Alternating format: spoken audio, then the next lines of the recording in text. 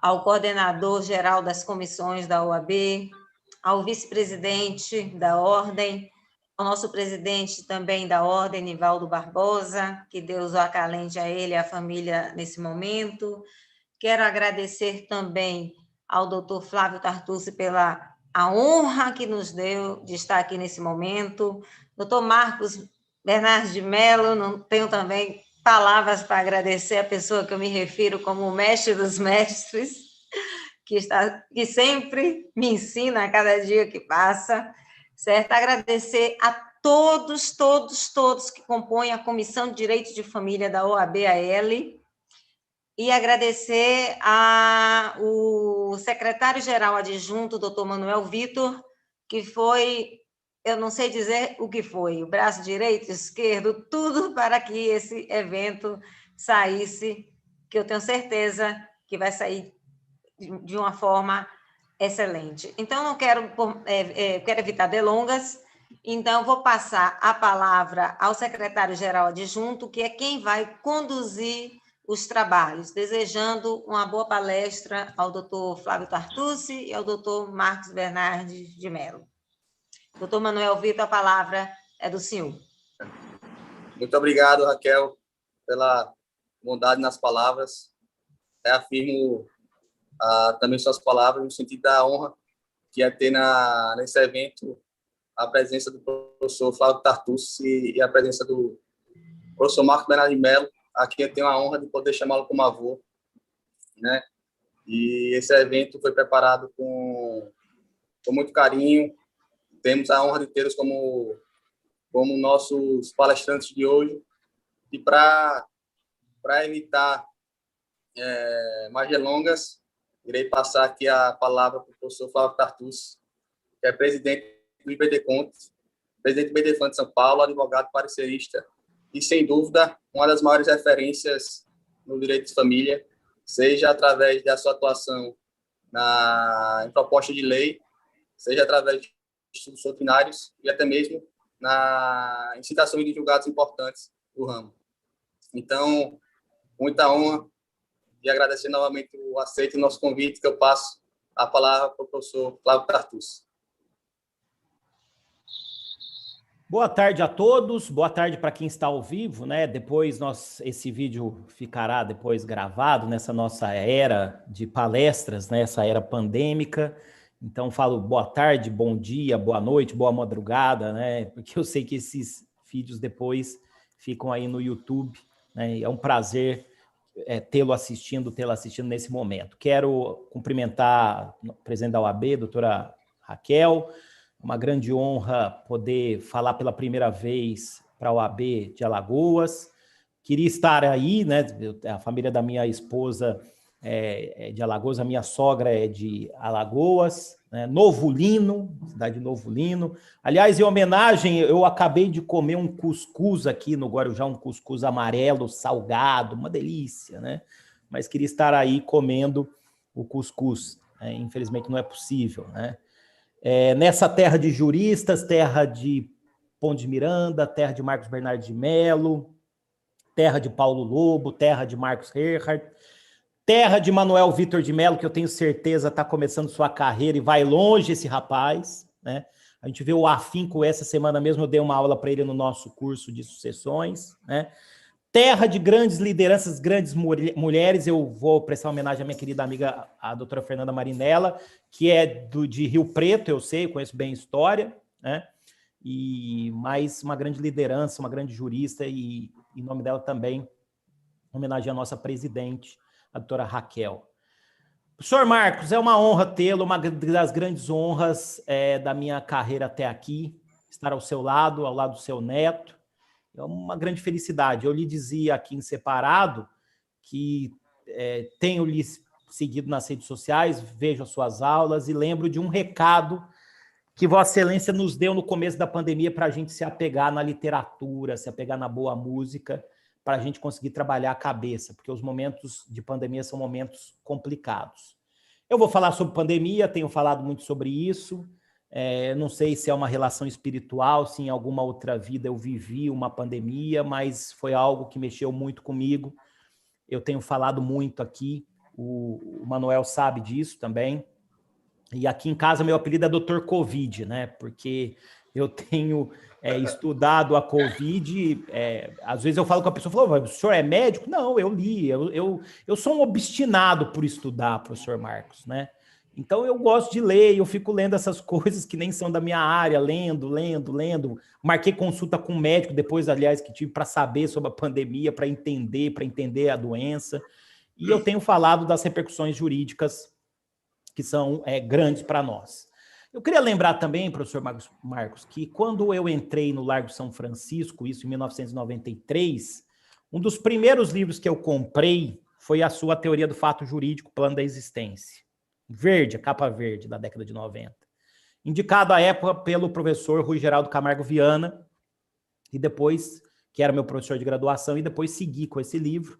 A Fernanda Tartucci também estudou pelo seu livro, e nós temos esse livro até hoje, né? E mais do que isso, eu recebi ano passado a sua coleção atualizada, está lá em São Paulo, não está aqui, né? Eu estou morando no litoral, no Guarujá, né? Não sei se alguém já veio aqui no Guarujá, e foi uma opção, essa opção do fugere urban, né? De fugir da cidade, foi uma opção para uma melhor qualidade de vida da minha família, para que eu também pudesse me recuperar dessa doença, que na verdade não é uma doença respiratória, é uma doença que nos atinge a todos, é uma doença que atinge a economia, é a doença que tira os nossos prazeres, né? Tira não só os prazeres individuais, olfato, paladar, mas os prazeres das grandes cidades também, os restaurantes, a convivência cultural, os teatros, os cinemas, né? Então, realmente é um problema. Eu não tenho experiência anterior com pandemia, mas desde o começo, eu já avisava, professor Marcos, que não era uma crise que ia durar poucos meses. E que tem gente que acha ainda até hoje, passado um ano, um pouco mais de um ano, que ela vai se resolver nos próximos meses. Não é verdade, né? As grandes pandemias, basta ler os livros de história, elas duram em média 2 anos. Nessa crise pandêmica, olhando todas as outras crises, nós temos 2 diferenças. Nós temos a primeira... isso é coisa de home office. A cachorra está latindo aqui, ela quer entrar. Vem para cá, Kate. Coisa de home office. Ela quer entrar porque ela tem muito pelo, ela quer ficar no ar-condicionado. Para de latir aí, Kate. Então, isso é coisa de tempos pandêmicos também. Então, eu já dizia lá atrás que não era uma crise momentânea. As pandemias duram 2 anos. E agora nós temos 2 diferenças. A humanidade tem 2 diferenças em relação às crises anteriores. Primeiro é isso aqui que nós estamos vendo. A tecnologia. Porque eu dizia aqui antes, a tecnologia para o direito fez com que, dentro do possível, a gente consiga sobreviver mesmo com a pandemia. O direito se adaptou muito rapidamente. E o direito, eu falo, as aulas, os cursos, as bancas, né, os eventos jurídicos e também os tribunais, as arbitragens, em geral, houve uma adaptação em 1 ano. Então, se a pandemia continuar, por muito tempo o direito continua. Por quê? Porque a gente se adaptou muito rapidamente, né? E a gente tem, por exemplo, esse evento aqui, eu não sei se eu teria condição, de um dia normal, de me deslocar com tanta facilidade, tá aí. E essas janelinhas brilhantes, essas aulas das janelinhas brilhantes que nós temos, essas caixinhas de milagre que nós temos, e é impressionante como o professor Marcos Bernardes de Mello, eu acho que é um dos principais juristas que soube se adaptar a essa tecnologia. É uma coisa impressionante. Eu sei que o Manuel ajuda, mas é uma coisa impressionante, professor Marcos.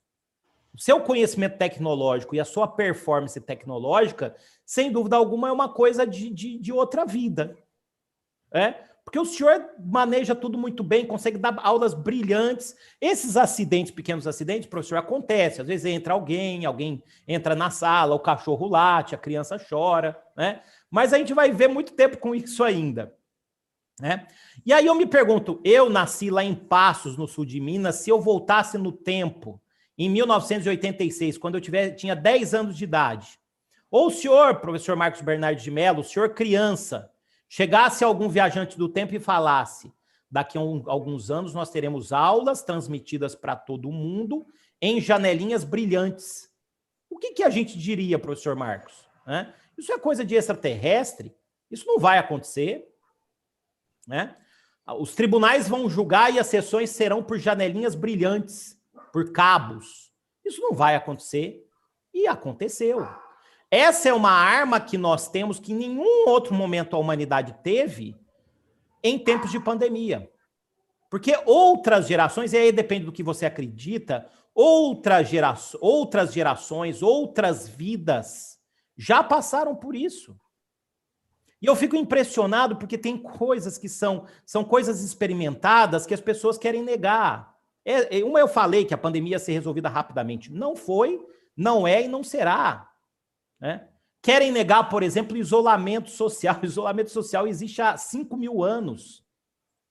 E tem efetividade. Então, quer dizer, toda a história está errada, todos os povos do passado estão errados, nós brasileiros é que estamos certos. O mundo inteiro está errado e nós estamos certos em condenar o isolamento e falar que ele não funciona. O uso de máscara, né? Hoje nós temos essas grandes obras da tecnologia, essas máscaras, que são espetaculares. E no passado, lembra no período medieval, aquelas fotos dos médicos medievais com aquelas máscaras de pássaro? Isso funciona. Funcionou no passado, funcionou no mundo inteiro e continua funcionando. Só aqui que a gente acha que não funciona. Quer dizer, o mundo está errado, a história está errada e nós estamos certos? Quer dizer, nós estamos insistindo nos mesmos erros? Estamos lá rasgando livros de história, livros de direito, boa literatura, como prega o professor Marcos Bernardo de Mello, boa música para acreditar em mensagem de WhatsApp e postagem no Facebook? Nós que somos da área jurídica, nós não podemos tolerar isso. Até porque, eu entro agora no tema da minha palestra, não dá para ser negacionista lidando com direito privado. Porque o direito privado com a pandemia foi alterado de A a Z. Desde a parte geral até o direito das sucessões. Claro, acreditamos que algumas das mudanças são transitórias, mas algumas são definitivas. Por que não fazer a reunião condominial com as janelinhas brilhantes, mesmo depois da pandemia? Isso vai incentivar a participação condominial. Né? Eu acho que isso é algo que vem em definitivo. Por que não fazer uma assembleia de uma associação com as janelinhas brilhantes? Né?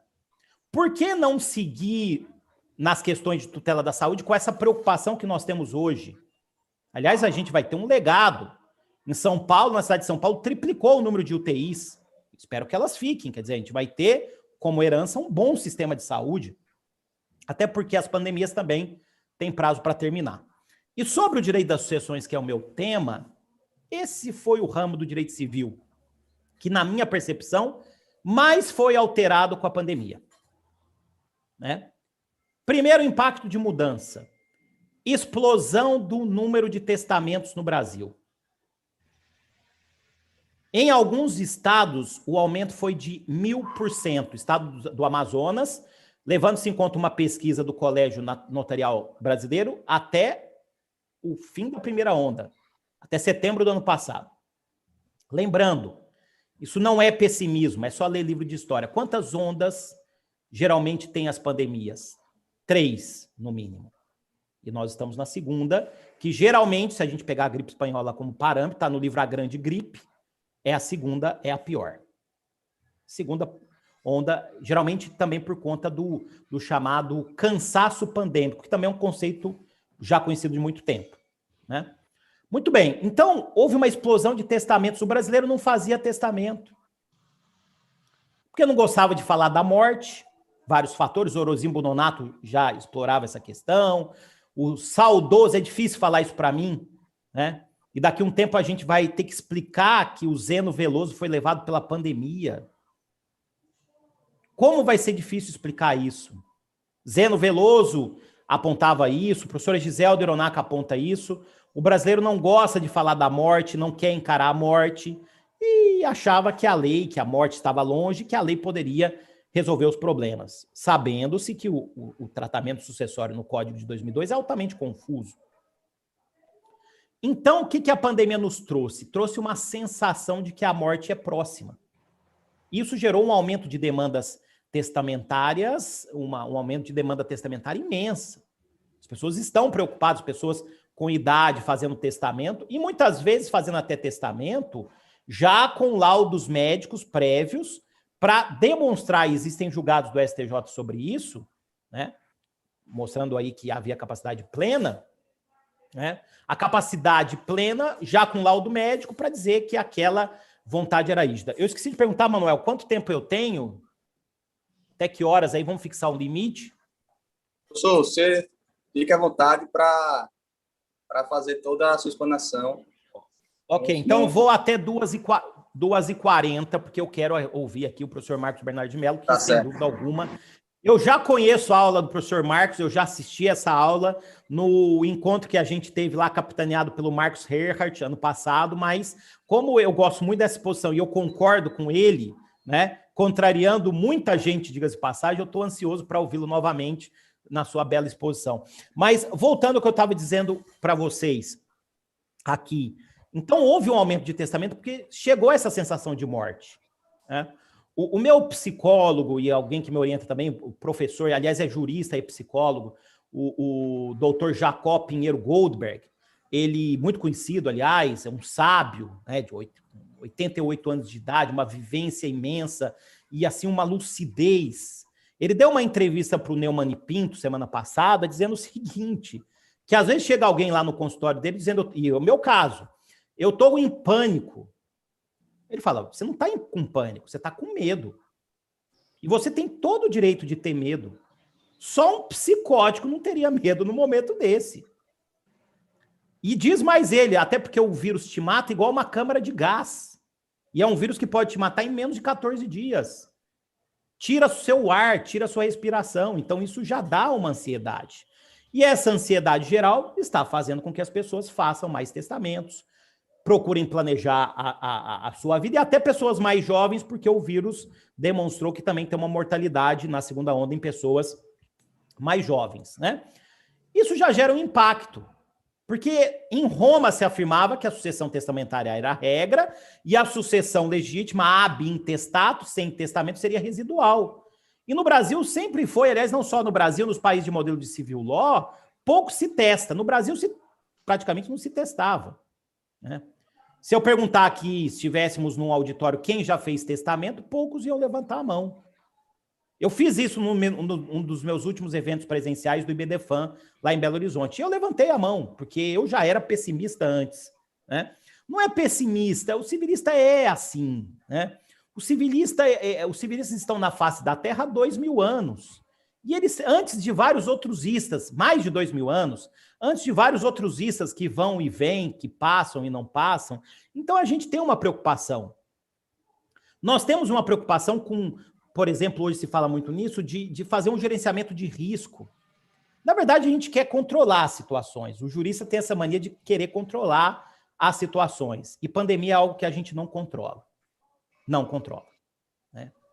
Esse é o grande problema psicológico dos juristas. Eles querem controlar tudo, mais que médico, né? Mas a gente não consegue controlar uma pandemia. Não consegue, isso nos incomoda. Nos incomoda ver descumprimento de regras básicas, por exemplo. Eu sei. E às vezes por isso é bom até se isolar, né? Mas esse é um ponto. Houve uma explosão de testamentos, a gente não sabe ainda qual é a extensão, mas a verdade é que as pessoas estão testando mais e esse é um impacto da pandemia, né? Um outro impacto que já se percebe é a redução do índice de expectativa de vida no Brasil, que antes da pandemia era de 76 anos, e os estudos já mostram que só em 2020 nós temos a queda de 2 anos.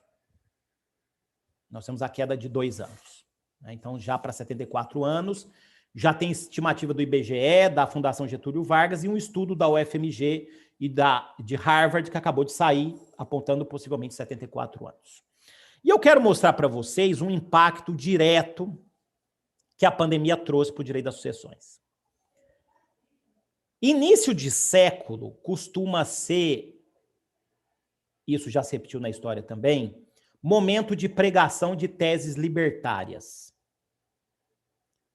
E o meu grande receio é a gente começar a repetir igualzinho o início do século XX. Não vai ser bom. porque a gente está repetindo o surgimento de teses individualistas e libertárias, pandemia, e é melhor parar por aí, porque o que veio depois foi um momento de grandes tragédias da humanidade. É melhor parar por aqui. Mas nós vivemos, e o ápice aqui no Brasil foi a Lei da Liberdade Econômica, com origem na MP 881, no ponto de vista legislativo, uma série de tentativas de teses libertárias. E eu, movido por isso, e movido lá por uma proposta feita pelo IBDFAN, e movido também por dois ícones doutrinários meus, professora Giselda Ironaca, minha orientadora de doutorado, e o professor Zé Fernando Simão, meu irmão acadêmico, hoje é meu supervisor de pós-doutorado, dois ícones para mim, eu resolvi fazer um pós-doutorado na USP, propondo, eventualmente, tese libertária, rever a legítima no Brasil. Rever a legítima, talvez a nossa ideia, era aquela história de uma dedução, achávamos, que a legítima deveria ser reduzida para 25%, aumentando a liberdade. Legítima fixa, ao contrário da maioria dos países da civil law em que a legítima é variável e pode chegar até 2/3. Aqui nós temos uma legítima fixa, desde a lei Feliciano Pena, de 50%. Muito bem. E venho estudando. Aliás, eu fiz lá um projeto audacioso de ir para a Alemanha, de ir para a Itália, não fui para lugar, só fui para conseguir ir para Portugal e para o Peru e para o Chile. Foram os países que eu consegui ir para fazer pesquisa. Era audacioso o meu projeto, né? Aliás, antes estudei alemão, eu falo um pouco, né? Spreche ein bisschen, só o básico, professor, né? Muito básico, mas sei falar alguma coisa. Eu lembro, professor Marcos Bernardo de Mello, que o professor José de Oliveira Ascensão uma vez me disse, fale o básico, fale meu nome é tal, né? Fale o básico. Sabendo alguma coisa já faz uma diferença, até porque você estudando alemão, aquelas construções, aquilo abre a cabeça, né? E até a leitura de Pontes de Miranda fica mais fácil, né? Pela construção que ele fazia do texto, aquela construção precisa que tem muito da língua alemã. E abre a cabeça, a gente sabe que realmente abre a cabeça. Mas eu fiz um projeto audacioso e não pude cumprir. Porque tudo fechou. Tudo fechou. E eu tenho prazo para entregar. E eu pedi prorrogação de prazo para ver se ia melhorar e para ver se eu conseguia pesquisar, mas eu tive a seguinte percepção, que a pandemia acabou totalmente com o meu projeto. Que nós não temos que rever a legítima no Brasil agora. Primeiro, pelos dois fatores que eu mencionei. Aumento de testamento, que a gente não sabe onde isso vai parar, a gente ainda vai ter que verificar isso. Segundo, diminuição de expectativa de vida. E terceiro, principalmente, os senhores imaginem uma tradição que nós temos de uma legítima fixa, a gente mudar agora, nesse momento de instabilidade, de insegurança, mexendo com uma área do direito que funciona, que é o direito privado. Aliás, o Congresso Nacional, na sua atual composição, acha que o direito privado funciona e que a gente não deve mexer em coisas que funcionam. Então, a pandemia de Covid matou o meu projeto e matou toda a aspiração de se fazer hoje uma grande alteração no direito das sucessões. Imagina a insegurança, porque hoje nós vivemos um colapso hospitalar.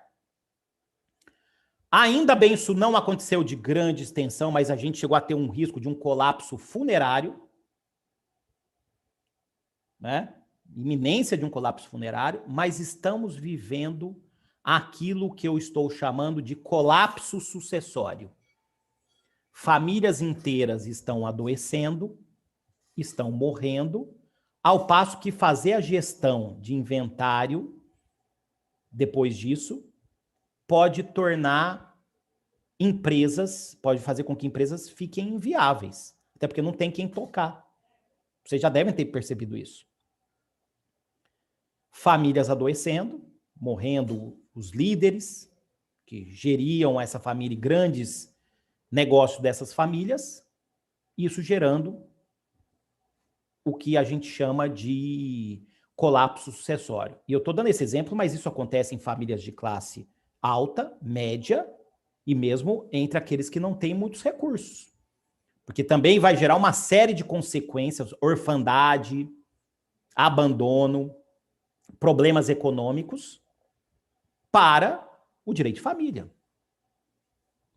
Então, como é que eu vou, nessa realidade, fazer alguma alteração no direito das sucessões de grande monta, já que nós vamos precisar de um direito das sucessões estabilizado, célere, talvez aí a gente tenha que facilitar uma série de coisas, diante de toda essa crise que vai durar muito tempo.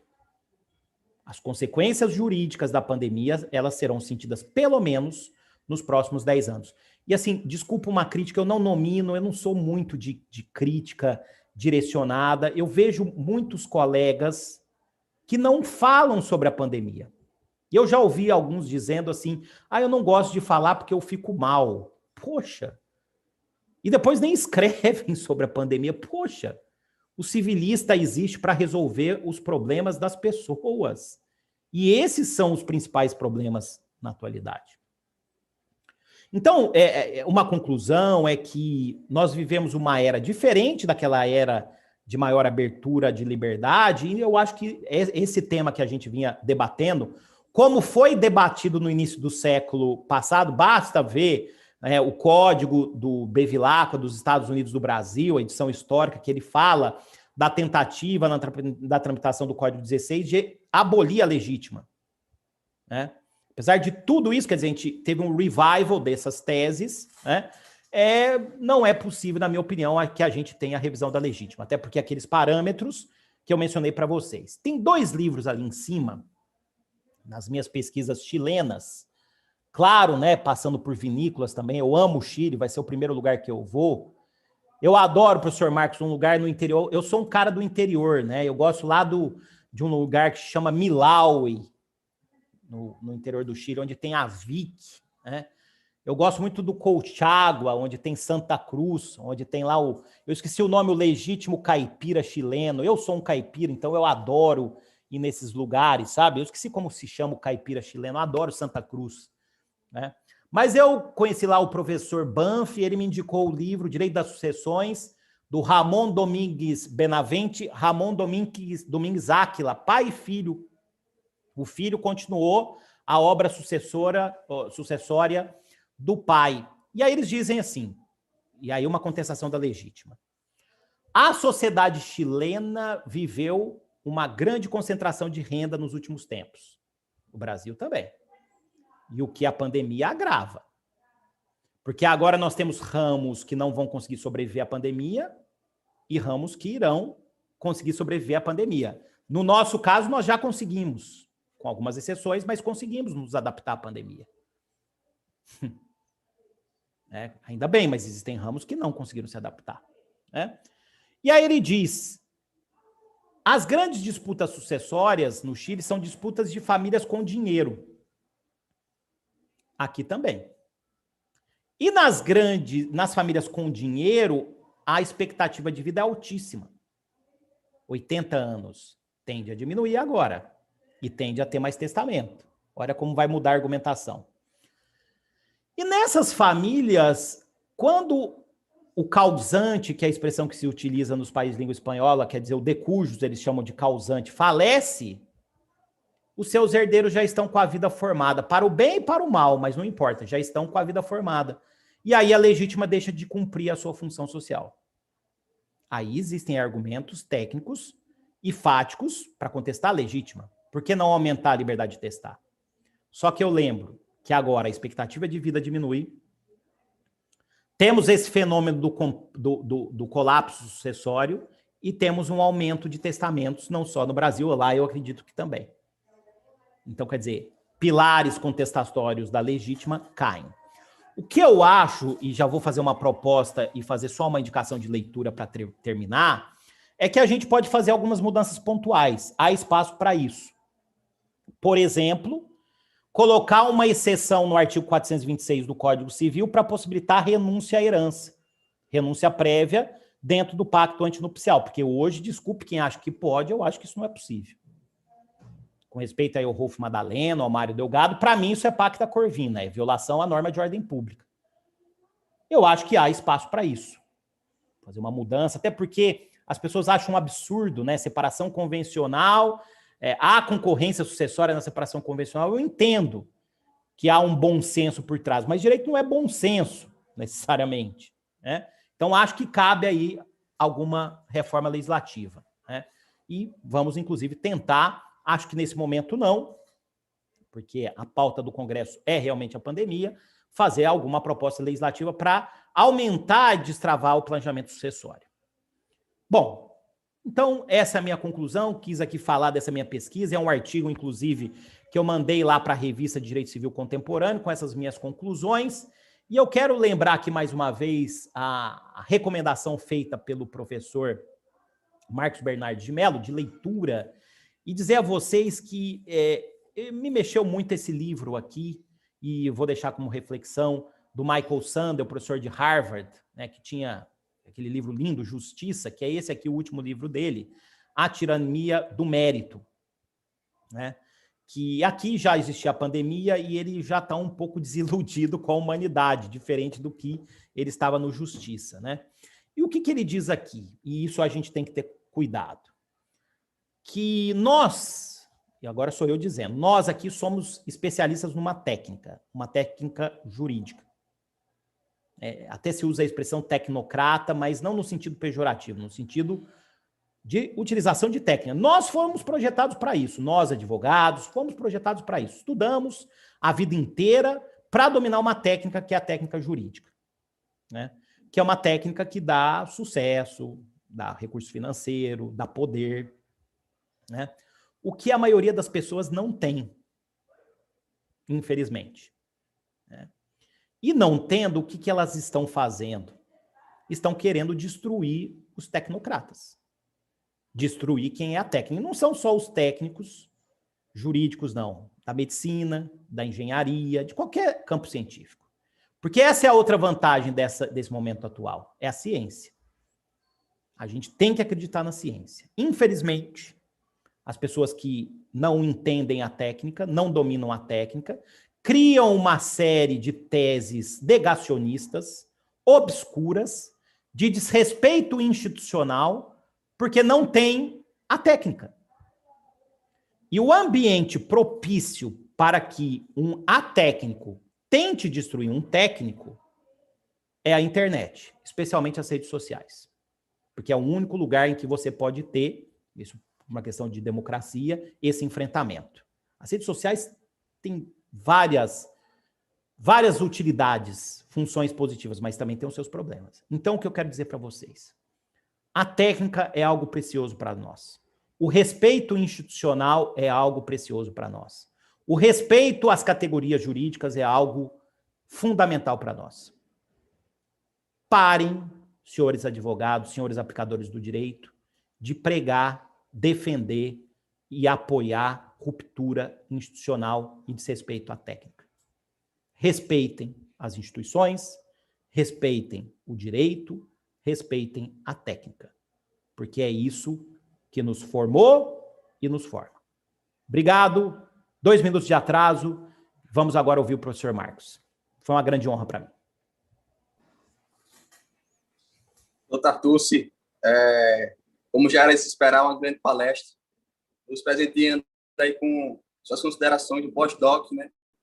E sofreu aí grandes interferências por conta dessa pandemia, inclusive na conclusão do estudo. Realmente, a palestra do senhor engrandeceu muito o nosso evento. E agora, vamos ouvir aqui o professor Marco Bernardo de Mello, e aqui eu peço venha para falar não na condição de secretária, de junta da comissão, não na condição de advogado, mas sim na condição de um neto, que, como bem frisou o professor Flávio, tem acompanhado essa adaptação do meu avô, que é um mestre, sempre foi as lições deles influenciaram uma geração inteira de juristas, mas que, para mim, podem acompanhá-lo de perto. Para mim, a maior lição é que, prestes a fazer 86 anos, continua lecionando às quarta-feiras, de forma totalmente voluntária, no seu Instagram, quinta-feira e sexta-feira, graduação na UFAL, que estamos aqui diante de alguém que, até antes da pandemia, quando alguém pegava o celular perto dele, falava, manda um e-mail, manda um zap, e hoje teve que, hoje teve que se readaptar para continuar fazendo o que ele mais ama, juntamente em ser esposo da minha avó. Tenho que fazer também essa consideração. Meu amado avô, é uma honra poder estar aqui ao lado do senhor, ao lado da nossa presidente Raquel, ao lado do professor Fábio Tartucci, e teremos aqui também uma grande palestra. Tenho muito orgulho de ser seu neto. Boa fala.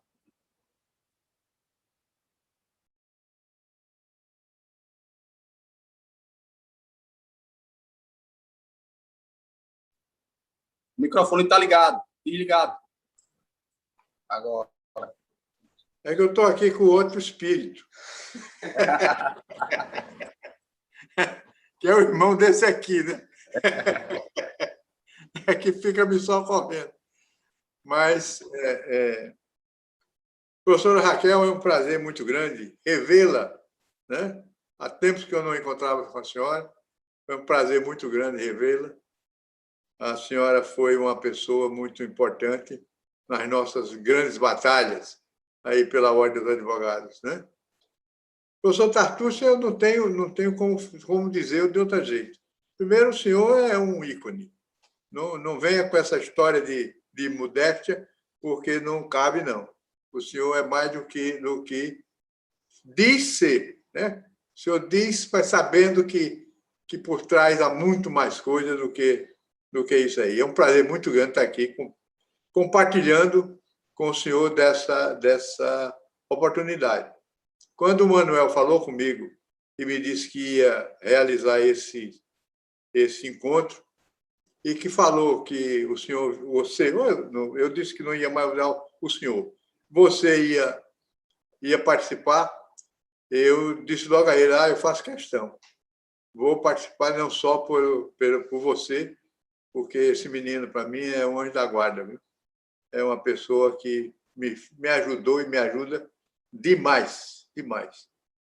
E não só por ele, que eu concordo com você, Tartucci, que ele tem um futuro muito brilhante. Esse menino vai crescer muito, é estudioso, é sério. Ele e o irmão dele. O irmão dele é mais falante do que ele. Mas o que é um bom negócio para ser advogado, né? Mas eu disse logo a ele, não há dúvida, eu topo agora mesmo essa participação. E, na verdade, eu não errei, porque a sua palestra foi realmente extremamente interessante, muito. Eu nunca tinha visto a pandemia por esse olho. Nunca tinha visto, não. A pandemia, para mim, era uma doença que estava fazendo mal a nós todos e que um dia ela ia passar. Mas jamais me preocupei com essas repercussões que ela ia ter, embora tenha trabalhado no plano do direito das obrigações, em questão de mora, de responsabilidade civil, essa coisa toda nessa pandemia, que, na verdade, a repercussão foi grande, né? Não há dúvida que, por exemplo, o empresário que está fechado, que é um pequeno empresário que não tem como negociar, não tem como ativar os seus negócios, esse está sofrendo muito. E aquele que tem que trabalhar também está sofrendo muito, né? Então, na verdade, essas repercussões me sensibilizaram muito e quando ele diz, eu na verdade, eu estou sentindo o tempo passar muito rapidamente, mais rapidamente do que eu esperava. Eu esperava que eu ia entrar no tédio, mas com esse menino me botando na internet, esse tédio foi longe, desapareceu. A minha vida é correr para lá e para cá para chegar em tempo. Mas, professor, eu fiquei realmente encantado com a sua visão e nesses temas. Na verdade, veja, eu tenho ultimamente eu tenho pensado muito. Eu sempre sustentei que o homem era essencialmente egoísta. O egoísmo está inerente ao ser humano.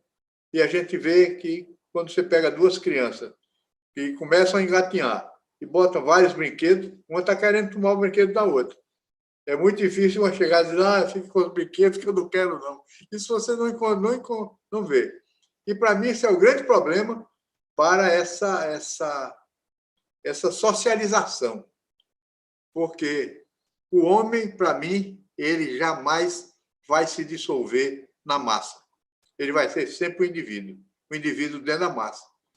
Eu uma vez, instado pelo Assis Chateaubriand ainda, também ainda era vivo, ele recomendou um livro, O Excêntrico Mr. Blue, que é exatamente uma visão. É um livreto, um livro pequeno, muito rápido de ler, mas em que ele dizia que aquilo ali era a tentativa do futuro e que aquilo ali mostrava como o homem ia reagir. E realmente esse Mr. Blue enfrentava aquela panaceia do Estado totalitário e opressor. Todo canto você tinha uma câmera ali filmando. Você tinha que se esconder para fazer alguma coisa mais diferente.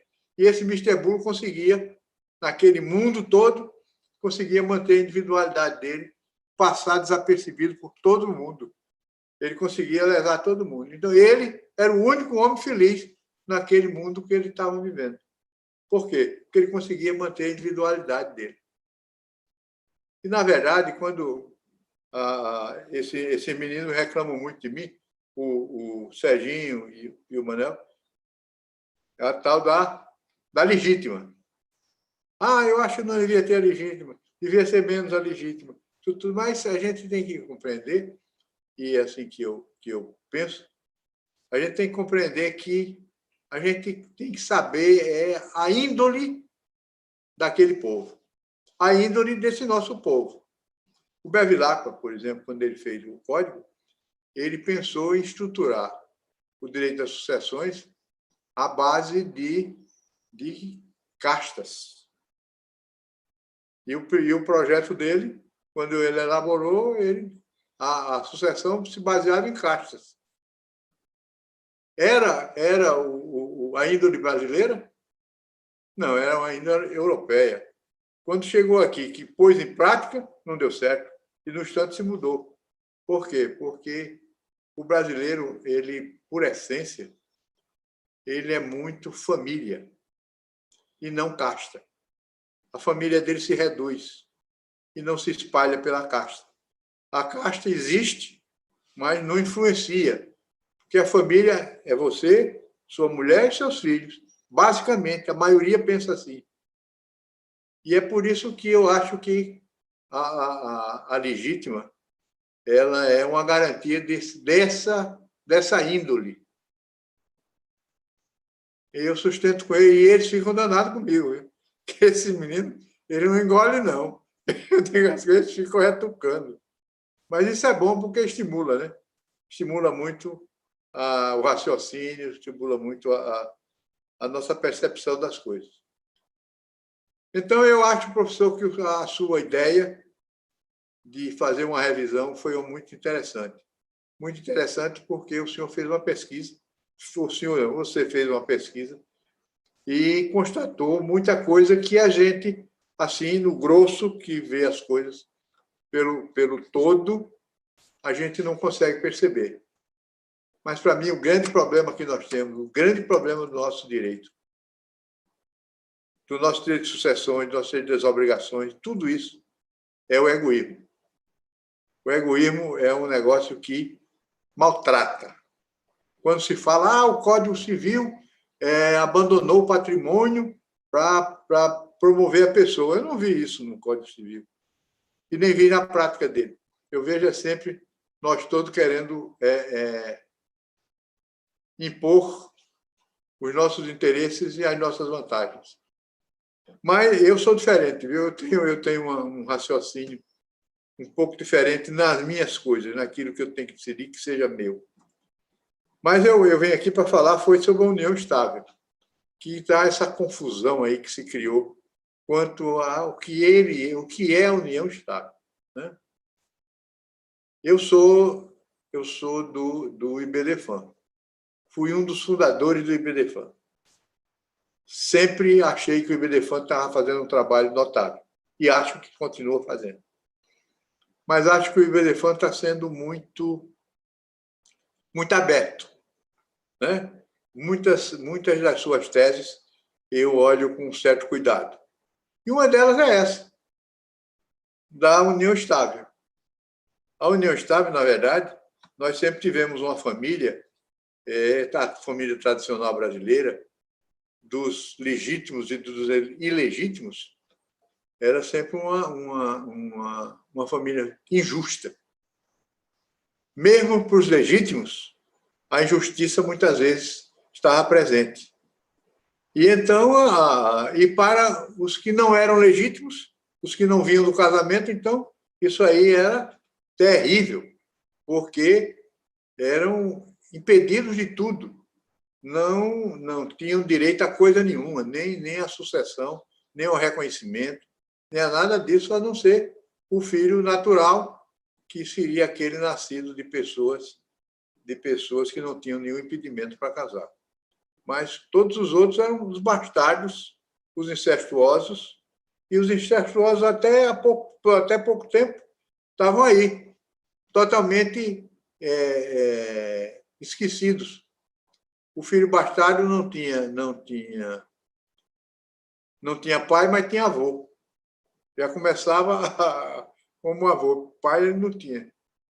Então, o bastardo é um incestuoso. E essa figura veio carregada durante todo o tempo pelo nosso direito, até hoje, né? Até praticamente a Constituição. Praticamente não, até a Constituição. A Constituição foi que deu uma igualdade total. Mas, mesmo assim, a prevenção contra eles ainda é muito grande. É uma injustiça no tratamento que se faz com esse pessoal. Mas, vejam uma coisa. A gente diz, há uma nova família brasileira, e faz essa festa da nova família. Eu acho que não existe nova família brasileira. O que existe é o reconhecimento de famílias que não eram reconhecidas, mas que sempre existiram, que sempre estiveram aí. As famílias bastardas e todas as outras, tudo que veio fora do casamento, todas elas eram família. A família monoparental, não sei por que se discute isso. Uma pessoa com seus filhos não é uma família? Uma mulher com seu marido não é uma família? Por que essa separação? Por que essa maneira de tratar dessas pessoas dessa maneira? Agora, uma coisa eu já vejo uns certos exageros, por exemplo, na família socioafetiva. Nessa daí eu vejo um exagero e que está assumindo, na meu ver, vai criar situações muito sérias. E na minha experiência de advocacia, eu vi muitas vezes a pessoa ser amada até hoje, ter todo o afeto até hoje, e amanhã dar um coice naquele que lhe deu o afeto. E aquele afeto ir embora. Porque o que é o afeto, no fim da história? Afeto é um sentimento íntimo da pessoa. E sentimento muda. Minha avó dizia muito assim, que a traição mata a afeição. Eu tive um caso, esse foi muito, muito interessante. Um cidadão, um casal já de uma certa idade, eles tinham uma empregada, que era uma cozinheira, que teve um filho na casa deles. E eles, então, cuidaram dessa criança como se fosse um filho. Queriam amor a ela. E essa criança era uma menina que era um doce de coco. A criança tinha um amor, os dois tinham um amor terrível por ela, enorme. Quando ela fez 15 anos, eles resolveram adotá-la. Então, naquele tempo, a adoção bastava ir ao cartório, fazer a escritura e estava pronto. Então, eles resolveram fazer isso. A mãe concordou e eles fizeram a escritura de adoção.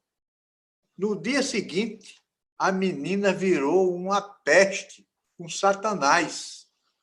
Danou-se a maltratar os dois, pintando a descaração. E os dois começaram a ficar desesperados, sem saber o que fazer. E então procuraram alguns advogados para resolver isso e nenhum resolvia, até que que achavam que estava tudo certo, está tudo perfeito, até que um deles, num escritório lá, diz: rapaz, procura o Marco Melo, que aqui tem uma mania de dizer assim: quem resolve é doutor Marco. Quem resolve tudo. E o abacaxi, quando já está pronto, todo esbagaçado, que chega para mim. Não chega nenhum filé. O filé não aparece. Mas aí chegaram lá no escritório. Eu digo: cadê a escritura? Aí me deram a escritura. Quando eu li a escritura, eu digo: minha gente, essa escritura é nula. Aí, por quê? O Ministério Público, rapaz. Essa menina tinha 15 anos. O Ministério Público não participou da escritura. Aí os colegas que tinham trazido ele caíram do cavalo, porque disseram que não tinha jeito. Ele está aí. Aí um deles disse assim: mas, professor, o senhor sabe que quem deu causa à nulidade não pode alegar nulidade. Eu digo: mas o juiz não tem dever de ofício. Quando encontra provada a nulidade, ele não tem o dever de ofício de declarar? Tem, então. Requer-se, alega-se, e o juiz, quando tomar conhecimento, ele não pode dizer: não, isso aqui eu não estou com conhecimento, não. Porque foram vocês que fizeram, isso não pode. Faz isso. E aí desfizeram a adoção. Mas você vê, aquilo que era muito amor, muito afeto, se transformou o quê? Em ódio. Como é que você pode assegurar a permanência de uma relação afetiva? Eu vejo isso com muito cuidado. Tenho muito receio, porque, inclusive, quando os tribunais estão dizendo que isso é definitivo. Registra a parentalidade e é definitivo. Como fica nesses casos? Eu tenho outro caso também, e a menina continuou vivendo com ele, mas voltou a ser a menina mansa que era antes. Mas enquanto foi filha adotiva, foi um castigo. Eu tenho outro caso, de um moço que engravidou uma outra moça, e pronto, ela teve um filho, ele pensou que era dele, e ficou durante 7 anos. Esse camarada manteve o menino com toda querida, queria um bem danado ao menino, dava tudo que o menino precisava, mantinha tudo. Com 7 anos aparece um cara e diz: o pai desse menino sou eu, não é você não. Quando você foi naquele tempo, para não sei para onde, foi aí que eu engravidei ela. Fizeram o exame de DNA, ele não era pai da criança. Tomou nojo da criança. Nunca mais quis nem ver. Como é isso? Essa é esse problema do íntimo das pessoas, isso não pode prevalecer definitivamente em certas situações. Então, eu tenho minhas restrições quanto a isso. Mas, vamos lá, a união estável, para mim, foi uma solução de justiça, porque as pessoas... A união estável não só entre homem e mulher, mas também entre pessoas do mesmo sexo. Porque o que isso havia muito, e é um grande problema do brasileiro, e é aí que está na índole do brasileiro, é aquela história da gente começar do nada. Vão casar, e você vai morar onde? Debaixo da ponte. E lá vão os dois, sem coisa nenhuma, e dali crescem, constroem um patrimônio, constroem uma vida. E quando, na hora que aquilo se acaba, que um deles morre, por exemplo, aí chega a família e diz: não, você não, aqui é meu. E leva tudo aquilo que aqueles dois construíram. Só porque é homoafetiva a relação deles. Então, foi uma solução muito justa, eu entendo. E, então, mas a união estável, ela juridicamente criou alguns problemas, né? Porque uma boa parte da doutrina começou a dizer que a união estável era um ato-fato. Ora, veja bem uma observação. O grande problema dessa categoria ato-fato é que a grande maioria das pessoas não sabe o que é isso. A grande maioria dos juristas não sabe o que é isso. Ato-fato é só ter o ato, ter uma conduta e ter um fato. Isso aí seria um ato-fato. Não é assim. É preciso que, para que você tenha um ato-fato, é preciso que, daquela conduta, resultou aquele fato. E aquele fato só resultaria daquela conduta. Por isso, um fato irremovível e um fato irreversível. Isso aqui é o ato-fato. É uma relação necessária entre uma conduta e uma situação fática que resulta dela, e somente dela. Esse fato não ocorre se aquela conduta não ocorrer. Então, aquela conduta é o motivador daquele fato, de se criar aquele fato. Por isso é que o direito recebe essa conduta como avolitiva. Mesmo que você tenha vontade, o direito considera o fato, pela irremovibilidade dele, o fato como o caracterizador daquela situação jurídica, daquele fato jurídico. Então, se você examinar a união estável, verificando isso, você vai ver que, se houver vontade preponderante na lei, se essa vontade é cerne do suporte fático, se o suporte fático daquele fato jurídico tem a vontade como presente nele, você não pode dizer que tem um ato-fato. Você tem um fato jurídico, ou um ato jurídico da categoria negócio jurídico. Quando eu escrevi um artigo, que me pediram um artigo sobre a união estável. Então, eu fiz um artigo meio muito apressado, na verdade, não tinha examinado isso com cuidado, nem devagar, nem tinha nem examinado. Examinei só para fazer esse artigo. E, para mim, isso seria uma categoria que você tem no ato jurídico stricto sensu, que é o ato jurídico stricto sensu compósito, que ele se compõe de um ato de vontade, mais de um ato de vontade, mais uma situação fática, como a constituição de domicílio, como Então, essa figura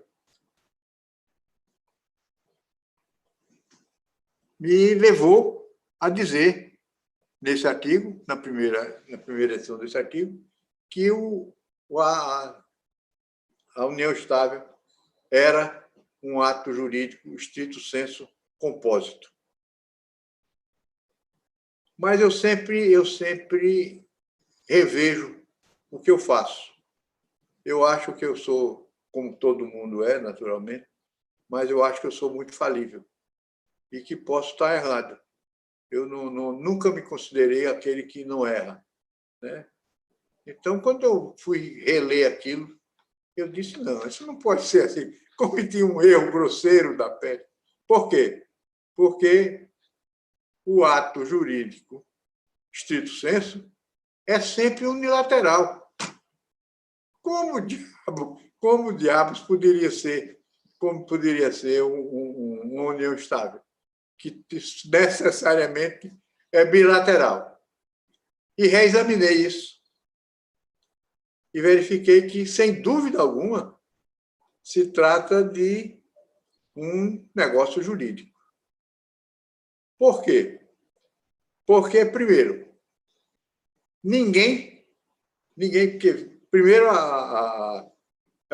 quando o que me parece que atrapalha muito os juristas quando lidam com a categoria do negócio jurídico e do ato jurídico, estrito sensu, é a visão do passado. A camada vai buscar lá quando nasceu a ideia do negócio jurídico. E nós sabemos que, quando essa ideia nasceu, as explicações que foram dadas eram explicações equivocadas. Na verdade, naquela época, era possível você pensar assim. Mas, com a evolução, se viu que não era. Por exemplo, o Windscheid, que é citado por todo mundo, o Windscheid, ele dizia que o negócio jurídico era um ato de vontade de produzir efeitos jurídicos. Uma declaração de vontade para produzir efeitos jurídicos. Quando você vê a união estável, você não vê declaração nenhuma. Você vê uma manifestação de vontade. As pessoas que se unem espontaneamente, que não precisam declarar. Você declara no casamento, mas na união estável você não precisa declarar. Né? Então, quando se via isso, declaração de vontade, não. Aí não pode ser porque não tem declaração. Como se declaração de vontade fosse o elemento caracterizador de negócio jurídico. E o Ponte já mostrou isso no livro dele há muito tempo, que não é. O que interessa é a vontade exteriorizada, segundo o suporte fático. Se o suporte fático exige uma solenidade, exige uma declaração, então sim, aí é declaração. Mas, se ele não exige, a manifestação de vontade, a simples manifestação, a simples exteriorização de vontade, sem declaração, ela é suficiente para compor o suporte fático e caracterizar o negócio jurídico. A diferença entre, que faz o Ponte Miranda muito bem, entre declaração e manifestação é o modo de exteriorizar. Declarar significa tornar clara essa vontade. E manifestar é exteriorizar, mostrar que ela existe. Se a lei não exige declaração, então a manifestação é suficiente para compor o suporte fático. Mas a doutrina, ainda hoje, quando você lê os livros, a maioria dos livros nacionais, eles insistem que o negócio jurídico é uma declaração de vontade e assim por diante. E com o aparecimento do direito do consumidor, aí é que essa coisa mesmo pegou, porque então os negócios deixaram de ser declarados.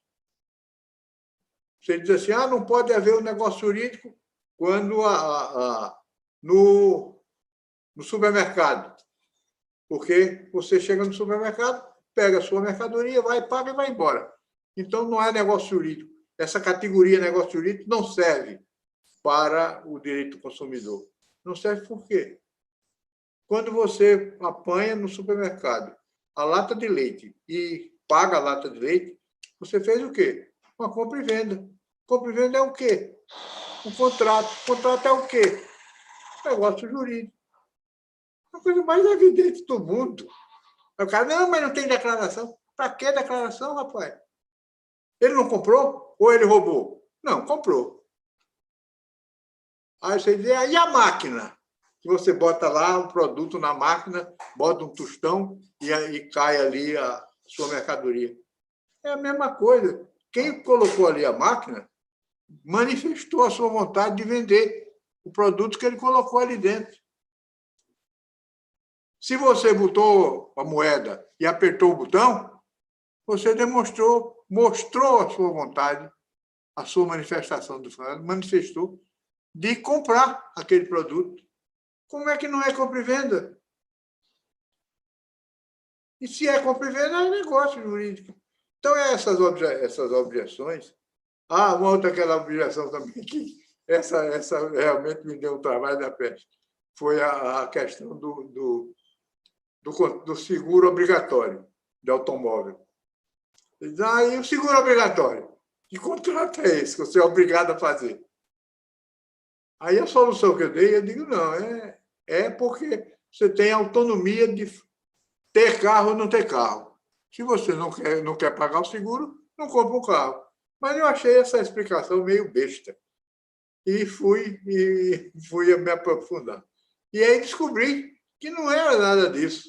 É que o seguro obrigatório não é negócio jurídico, porque não é um contrato de seguro. É um ônus. Um ônus que a gente tem em razão do exercício de uma determinada proteção, de uma determinada profissão ou determinada atividade.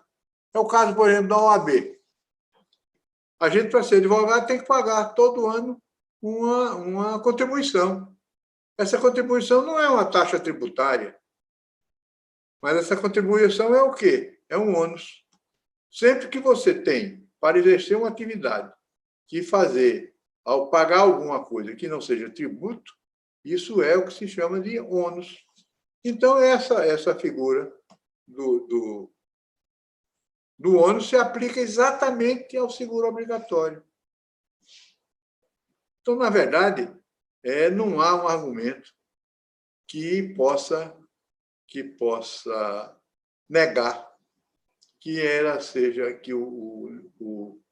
a união estável não seja um negócio jurídico, a não ser se você vai ficar com aquela mesma explicação que os alemães deram, que era uma declaração, e a distinção entre ato jurídico stricto sensu e negócio jurídico, uma primeira declaração foi que um era declaração e o outro era manifestação. Só que você tem manifestações de vontade nos atos jurídicos stricto sensu e declarações de vontade, ou seja, reconhecimento de paternidade, por exemplo. Alguém reconhece a paternidade sem declarar que é o pai? Não é possível.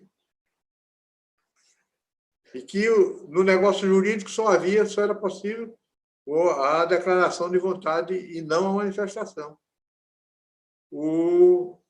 A revogação do testamento, por exemplo.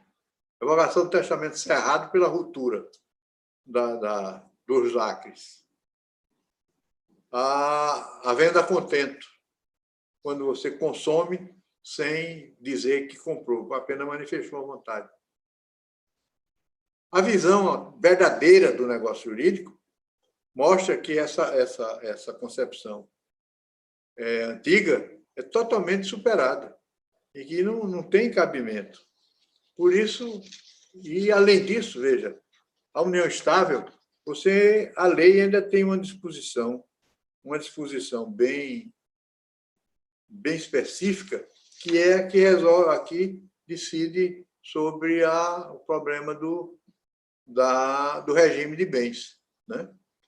O código é taxativo,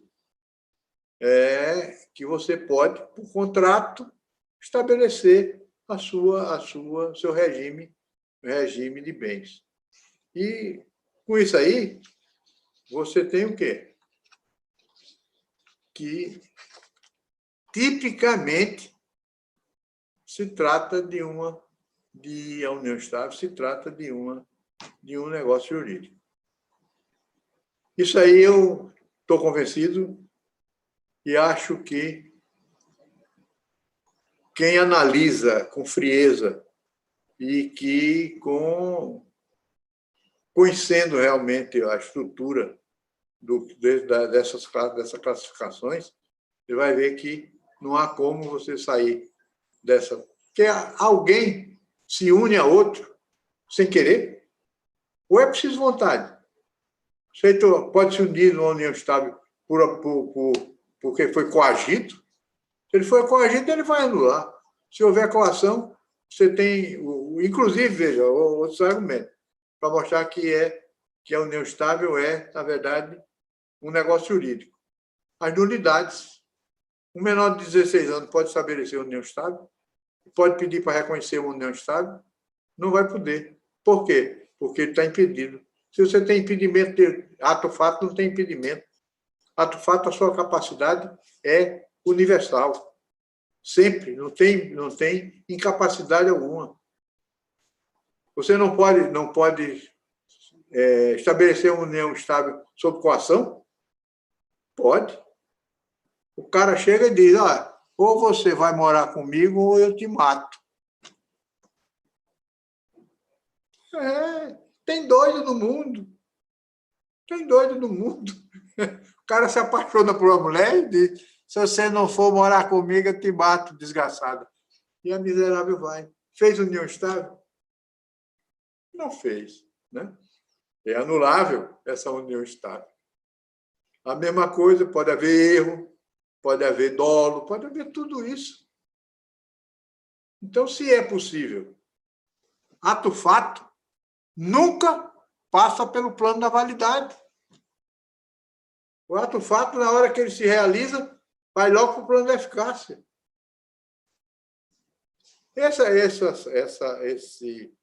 Esse instrumental que a teoria do fato jurídico dá a gente mostra essa coisa. Agora, se você não sabe aplicar, ou não aplica, ou não quer aplicar, quer usar aquilo que tradicional se faz, é tudo que cria, extingue ou modifica direitos e obrigações. Isso aí Se é assim, você pode chegar a outra conclusão, mas uma conclusão que não é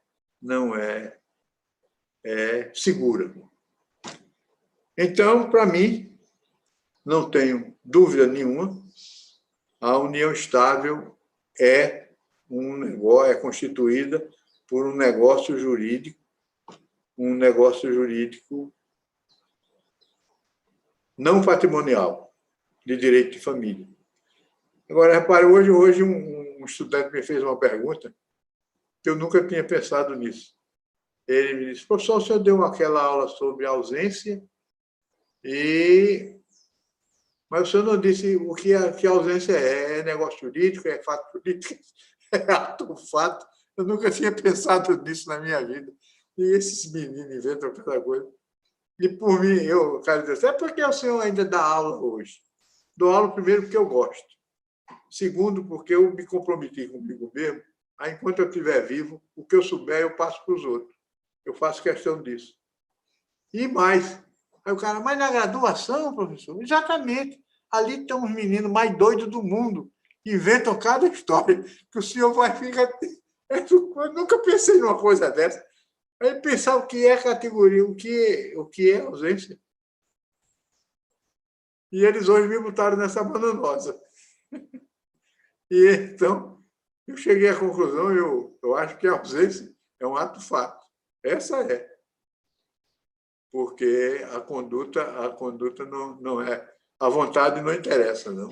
Interessa o fato em si e a conduta de desaparecer. Então, seria um ato-fato jurídico. Talvez, Manel, aquele menino que você bota para cima de mim, não dessas.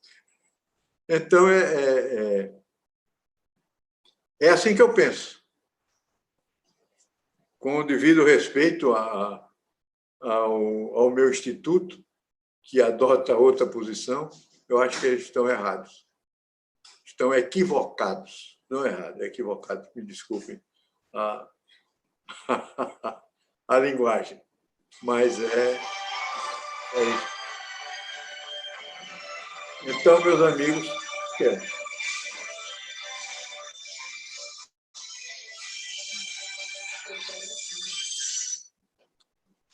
telefone me chamando. Então, meus amigos, meu professor Tartucci, olha, eu repito que foi para mim uma honra participar com você desse evento.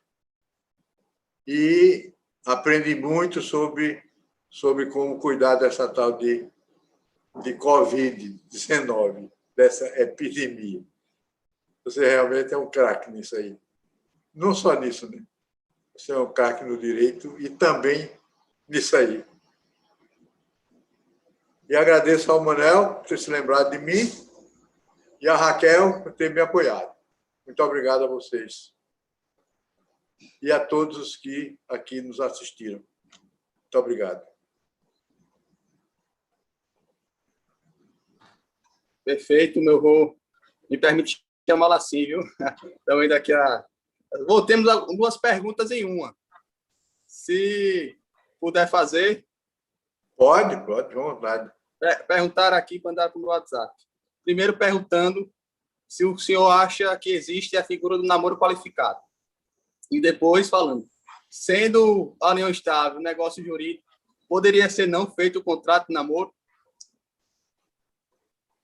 Olha, eu acho que namoro qualificado, eu não sei que diabo é isso. Para mim, namoro é namoro, casamento é casamento, união estável é união estável. Esse negócio de namoro qualificado, namoro não qualificado, o ficante, o não sei o quê, isso para mim é tudo a mesma coisa, né? Namoro precede ao noivado e precede ao casamento. Pronto. Se você tem amor por uma moça, por uma mulher, e ela lhe corresponde, e vocês convivem amorosamente, para mim, isso é namoro. Nunca vi, não sei de outro jeito. Quando eu vejo essas figuras novas aí, eu fico até espantado. É diferente do que eu para mim, eu penso assim. Penso não, eu tenho certeza. O homem, as necessidades básicas do ser humano, essas são as mesmas da idade da pedra, de qualquer o selvagem. Todo mundo tem as mesmas necessidades básicas. Essas são as necessidades do ser humano. Só que o ser humano sofisticou essas coisas.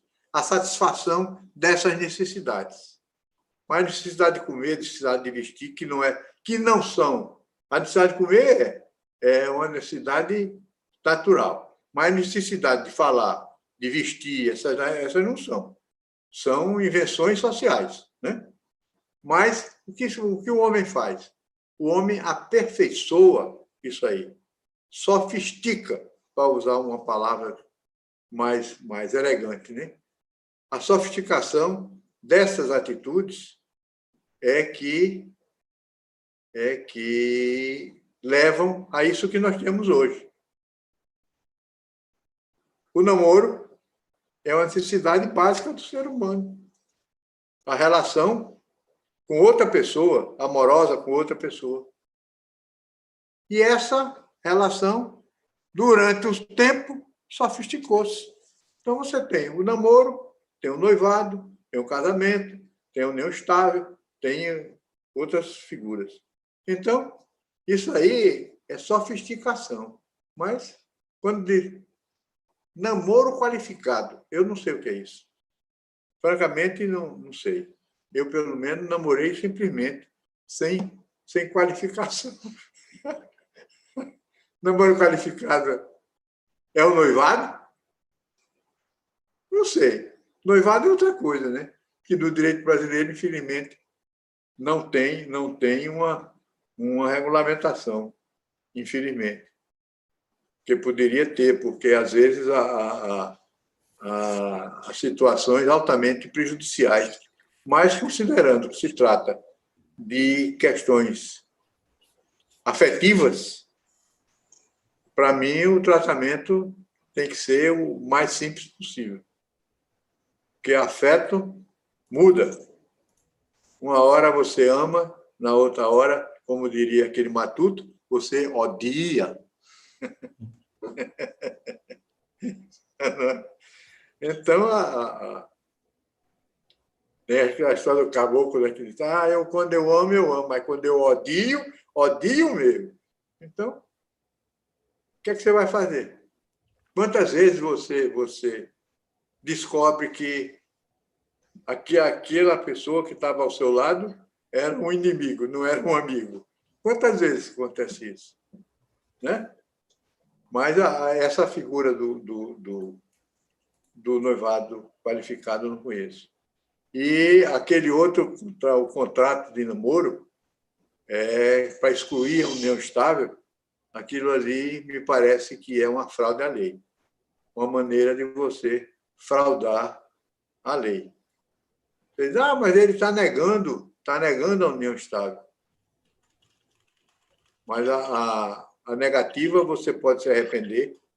Você, quando compra uma coisa, você no minuto seguinte que você fez o negócio, você pode se arrepender do negócio. E nem por isso deixa de ter havido o negócio. Né? Então, eu não vejo essa... Eu vejo esse contrato de namoro, eu vejo como uma maneira de fraudar a lei que regula a união estável. Você consegue, por meios aparentemente ilícitos,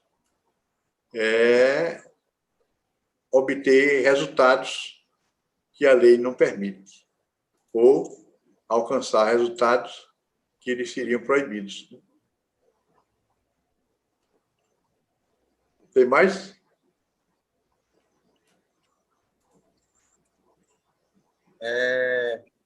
Doutora Raquel, se o professor Fábio Cruz quiserem fazer qualquer pergunta, algum comentário, fiquem à vontade. Raquel, está desligado o seu microfone.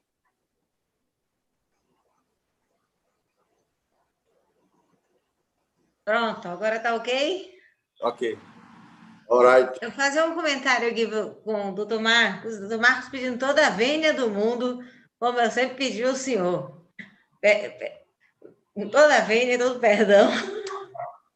É um entendimento que eu tenho dentro de mim, lidando um pouco, né, com algumas situações.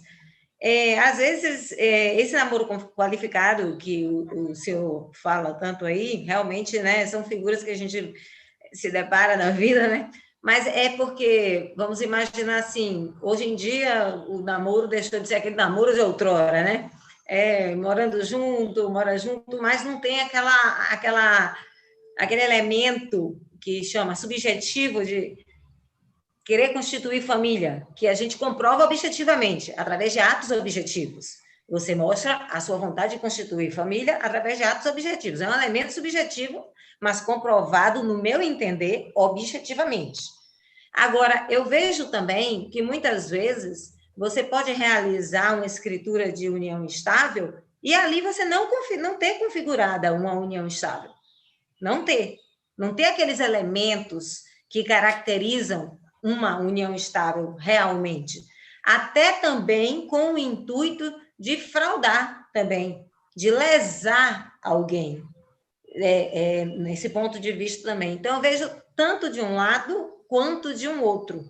Eu já tive um caso assim também, em que eu levantei a tese de que aquilo ali não era uma união estável.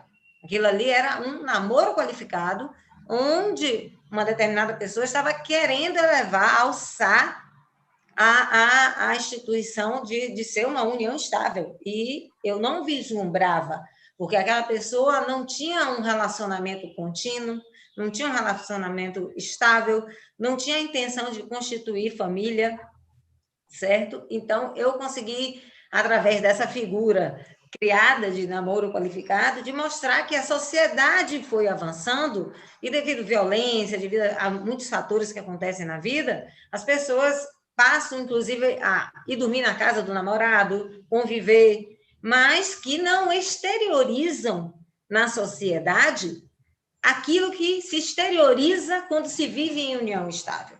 E o inverso também. Às vezes você faz uma união estável para fraudar. E o que é que o senhor entende disso? O senhor acha possível também se estabelecer, se fazer uma escritura de união estável para se fraudar, para se buscar uma fraude, para cessear direitos de outra pessoa? Sim, perfeitamente. Veja, toda vez que alguém praticando um ato aparentemente não, um ato jurídico lícito, obtém um resultado que é impedido pela lei, ou impede um resultado que a lei determina, há uma fraude. A fraude está aí. É na obtenção do resultado. Se você, por exemplo, vamos nesse caso da união estável, que faz uma escritura de união estável que não tem união estável, para, por exemplo, desviar a herança, ou coisa desse tipo. Isso é possível. Para mim, se você prova que não havia os outros pressupostos, não há união estável. Não é a simples declaração. Porque a união estável supõe o quê? A convivência contínua, permanente, né? E então se esses outros elementos não estão presentes, o camarada encontrou a mulher ontem, daí chega, vai numa escritura e por exemplo, ele pode ter uma relação. Isso é possível, veja bem. Vou dar um exemplo. Um camarada que teve um caso com uma mulher de pouco tempo, não demorou, e engravidou essa mulher e tem um filho. E ele quer beneficiar aquela criança. Aí faz uma união estável para deixar uma herança para aquela criança, por exemplo. Mas que não vive mais com ela, que não tem mais a convivência com aqueles requisitos da lei. Eu acho que é possível, sim. A fraude está aí em todo canto. Agora, eu acho que esse contrato de namoro, esse é tipicamente um contrato fraudado, uma fraude. Tipicamente. Não tem para onde correr. O senhor não vê como um receio, não, de algumas pessoas de que depois, é como o senhor diz, todo mundo no relacionamento começa querendo, tem um afeto. Você tem um afeto, mas de repente você passa a odiar, né? Então, a gente sabe que isso é real, isso é do ser humano, isso é da vida, né? Então, às vezes, as pessoas podem fazer esse contrato de namoro, que a gente chama assim, qualificado, porque vai morar junto e tudo, mas não quer realmente ter uma situação que venha a caracterizar a família, que a união estável é uma família, e aí faz esse contrato de namoro. Mas que a gente também pode depois provar que, nada obstante seja um contrato de namoro, veio a posteriori se tornar uma união estável, porque ele passou a apresentar aquela pessoa como companheira, como convivente, era dependente um do outro, existia afetividade, existia a continuidade e a estabilidade, porque a gente sabe que não necessariamente precisa morar junto, porque isso até no casamento não é necessário. Se você precisar trabalhar fora, não é necessário você morar na mesma casa. É da nossa sociedade a gente morar, mas se você precisar trabalhar fora e tudo, você pode ter domicílios diferentes, residências e domicílios diferentes. E é um casamento. Mesma coisa, a união estável. Eu igualo da mesma forma. Agora, claro, se o senhor me perguntasse hoje, Raquel, o que é que você acha mais seguro? Casar, se vocês gostam, casar ou constituir uma união estável, eu digo, case, porque é uma prova que já está pré-constituída. Porque na união estável eu vejo o quê? Que mesmo existindo a escritura, eu posso tentar quebrar aquilo ali e mostrar que ali a união estável nunca esteve, nunca existiu. O que a pessoa quis foi beneficiar aquela outra, aquela mulher, inclusive no direito sucessório. No direito sucessório, em detrimento até de próprios filhos dele do casamento anterior. Porque com a inconstitucionalidade do artigo 1789 do Código Civil, se colocou o cônjuge o companheiro na mesma situação, ou convivente, do cônjuge, podendo vir a ser também, além de meeiro, herdeiro. Então, é assim que eu enxergo. Por isso que eu peço vênia ao senhor nessa questão de realmente eu querer separar essa coisa desse namoro qualificado dessa união estável, porque realmente às vezes eu trabalhei num processo em que realmente eu consegui comprovar que aquela ali nunca existiu união estável, nunca, nada obstante toda aquela estrutura que tenha sido feita, mas não existiu, não era uma união estável. Era um namoro qualificado. Eu acho que não havia namoro qualificado, havia um namoro. É porque a gente fala qualificado porque saiu daqueles tempos de outrora, de que, né, cada um em sua casa, e hoje fica, vão morar até juntos. Hoje em dia, essa questão de relacionamento dos jovens é comum, né? Você não vai se espantar. Ai, que isso é o cúmulo. Só o cara que está indo na idade da pedra, né? Porque mas é porque eles têm receio, doutor Marcos, eles ficam com receio. Bom,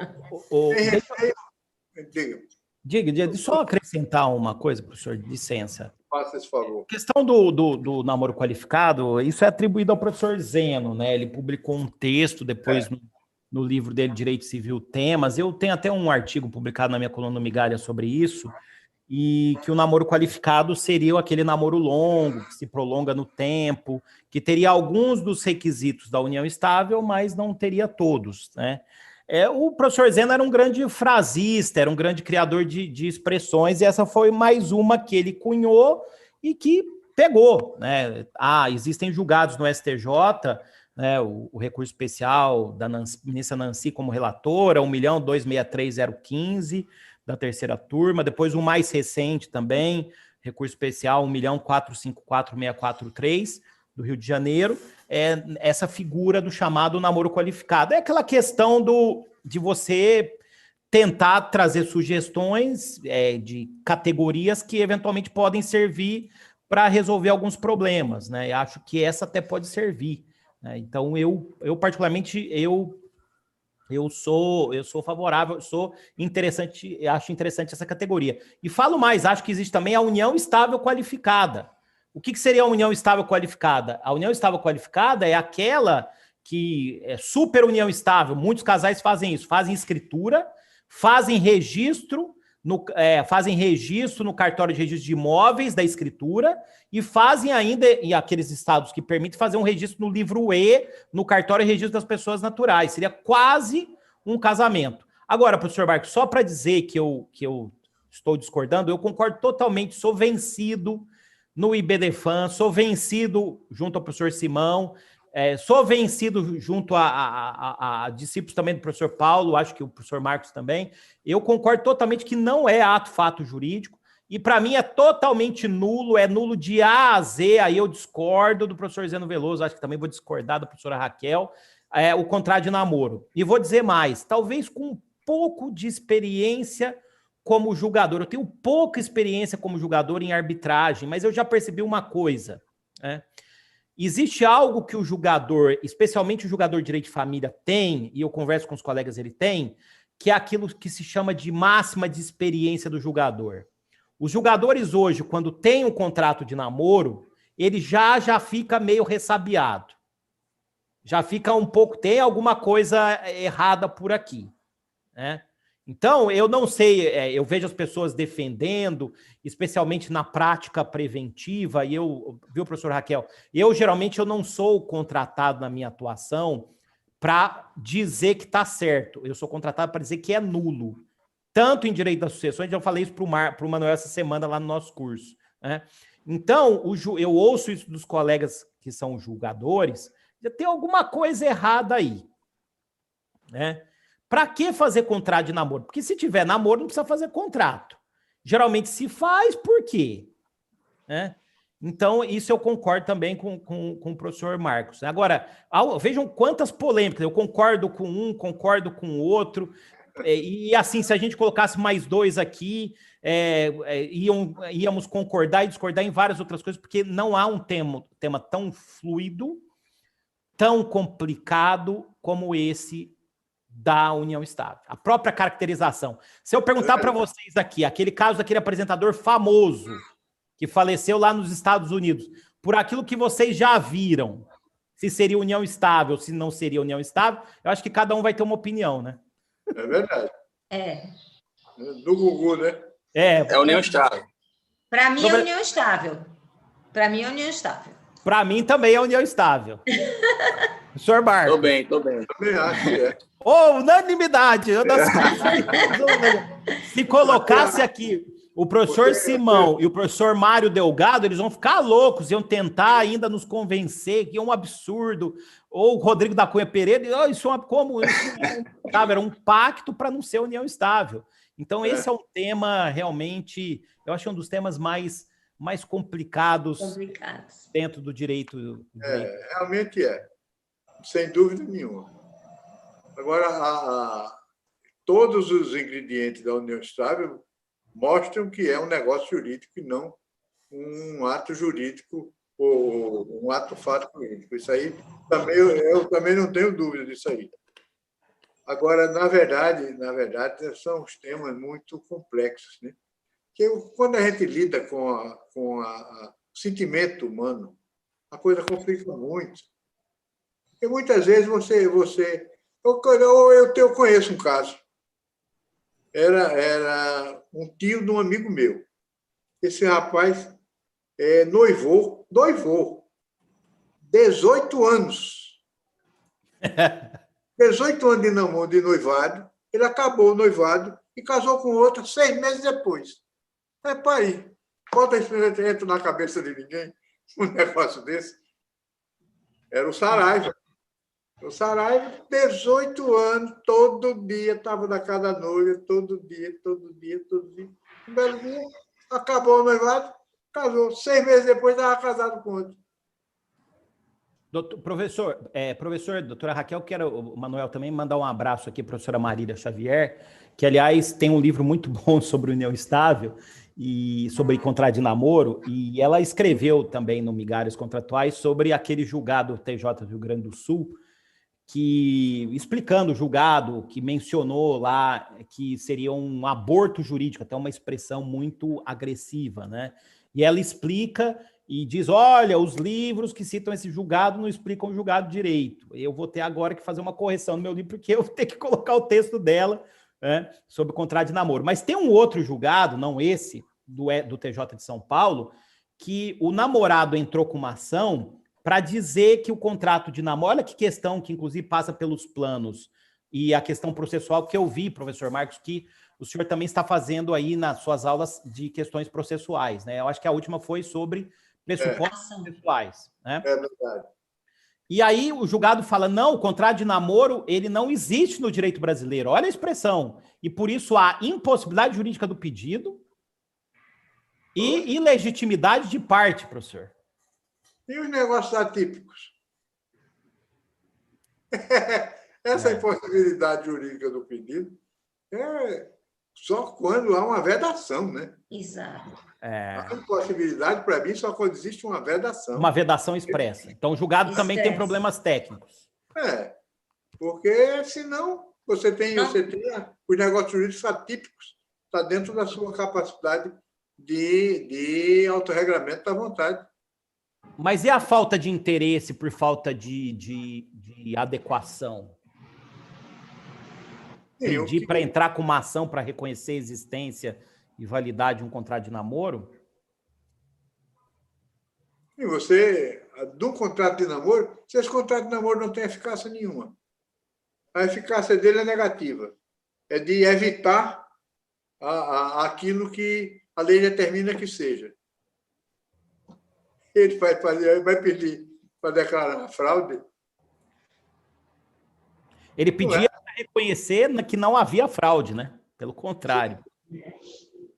Mas essa ação declaratória aí, você pode pedir a declaração da existência ou inexistência do direito, né?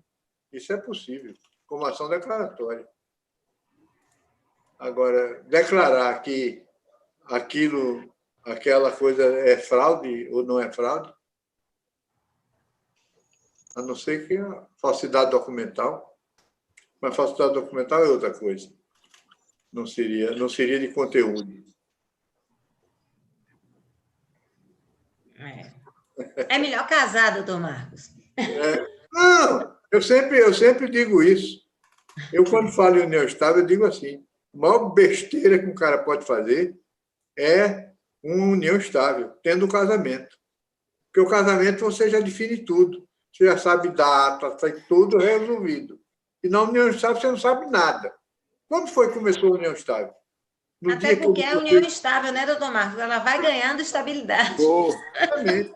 Você diz assim, no dia que eu encontrei a mulher, aí eu olhei para ela, ela olhou para mim, aí dançamos uma musiquinha e daí nós namoramos. Aí começa a união estável? Não. Então, de quando começa? É tudo inseguro, né? É tudo inseguro. Acho que ele veio muito bem para resolver esses problemas. Quando você... Que é isso? É o O julgado. Tatu está compartilhando o julgado. Tomei um susto. É contrato de namoro consensual. Falta de interesse de agir em possibilidade jurídica inicial indeferida. Agora veja a linguagem. Contrato de namoro consensual. 15 anos, professor. 15 anos de namoro, de 2000 a 2015. É igual o noivado do Saraiva. Meu Deus. Eu vou mandar depois esse acórdão. O pior é que esse pessoal arranja textos para transcrever. Ô, vô, só para mostrar o quão complexo é esse tema, acabei de receber uma mensagem aqui no colega meu falando: eu tenho namoro qualificado, né? Eu não estava ainda não, né? Ele namora há 8 anos, de vez em quando vai para lá e está preocupado com isso. Ele que ele está estrepado.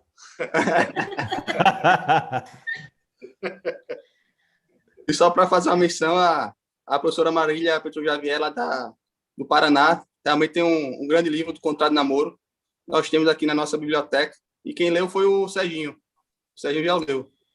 É por isso que ele está doido para dizer que o casamento dele é um namoro qualificado. Ele casou. Quem é o Serginho? É o irmão do Manuel. O Serginho que gosta de contestar ele, gosta de... Ele é o contestador. Ele seria aqui que ia falar que o Gugu não era união estável, não. Hein? Entendi. Como é? Se meu irmão estivesse aqui, ele ia falar que o caso do Gugu não era união estável. É união estável, sim. E ele ia dizer também que pode ter contrato de namoro. Sim, sim. E que união estável é ato-fato. Então ele ia ser... que eu acho que é o que o meu querido amigo Mário Delgado, se tivesse aqui, ia também defender essas correntes. O Mário é da área minoritária, né?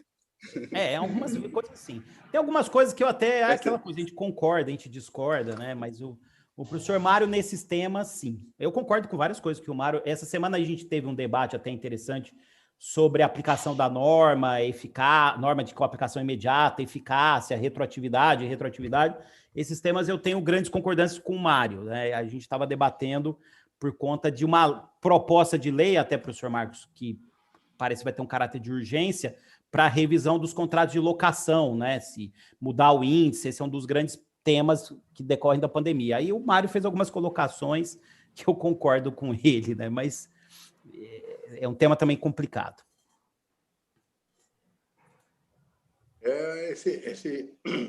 Esse tema da repercussão que decorre da repercussão da pandemia nos contratos, isso realmente é muito sério.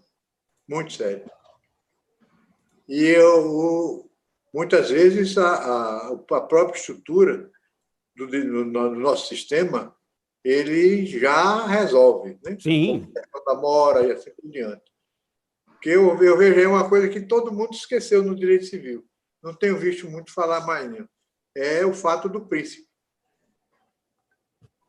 O fato do príncipe, o que é? Força maior, né? Por ato governamental. Então, o fato do príncipe, se nós formos levar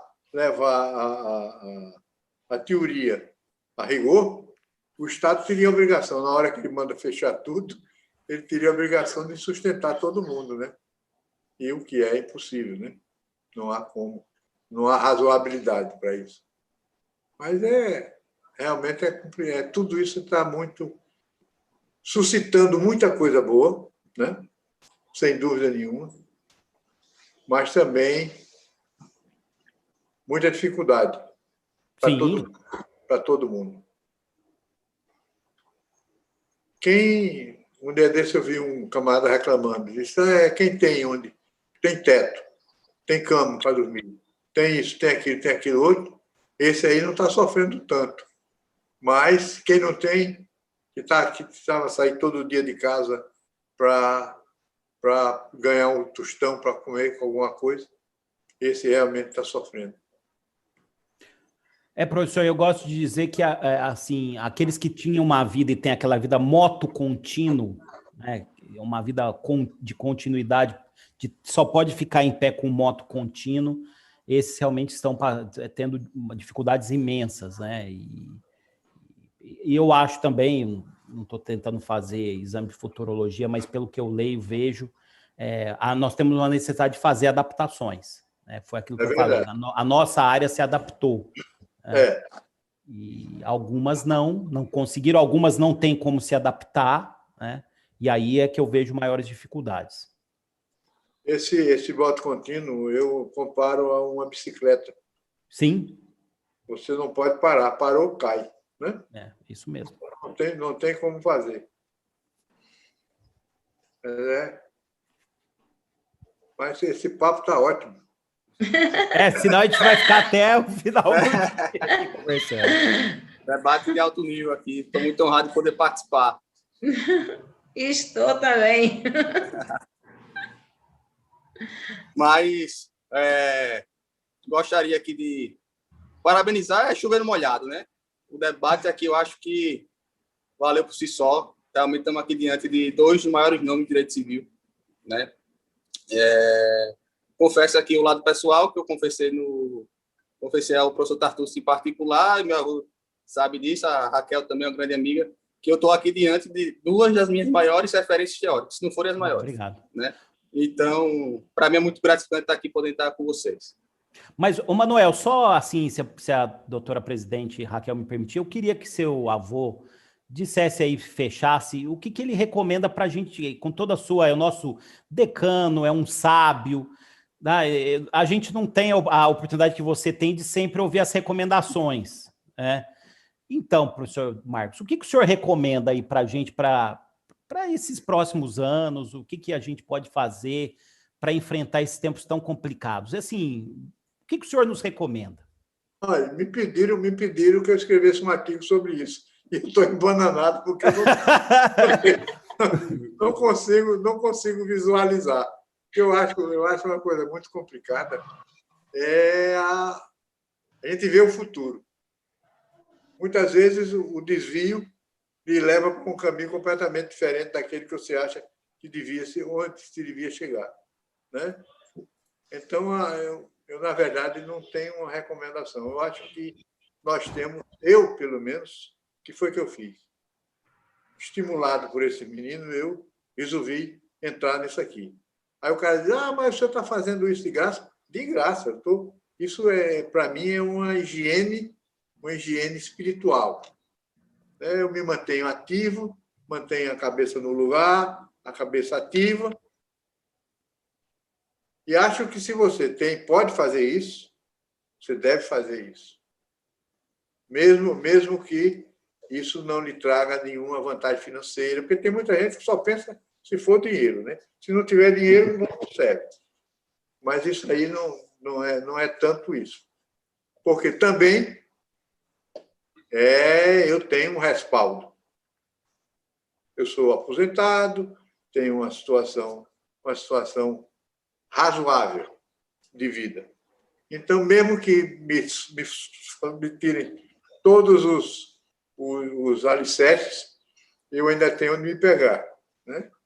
Vai piorando, mas ainda fica alguma coisa. Mas, na verdade, é necessário que a gente se mantenha vivo. E, para manter vivo, você tem que manter-se sempre atuando.